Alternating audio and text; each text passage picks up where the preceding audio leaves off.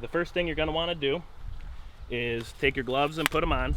You're going to want to use something that has a fairly thick palm, because there can be burrs in these cables and you will feel it if one of them hooks your hands.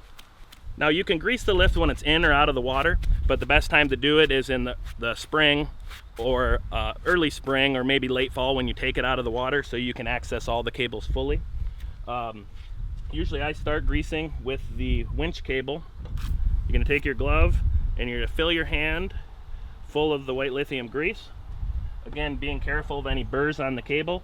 I like to start with the winch cable, and you're going to massage it into the cable.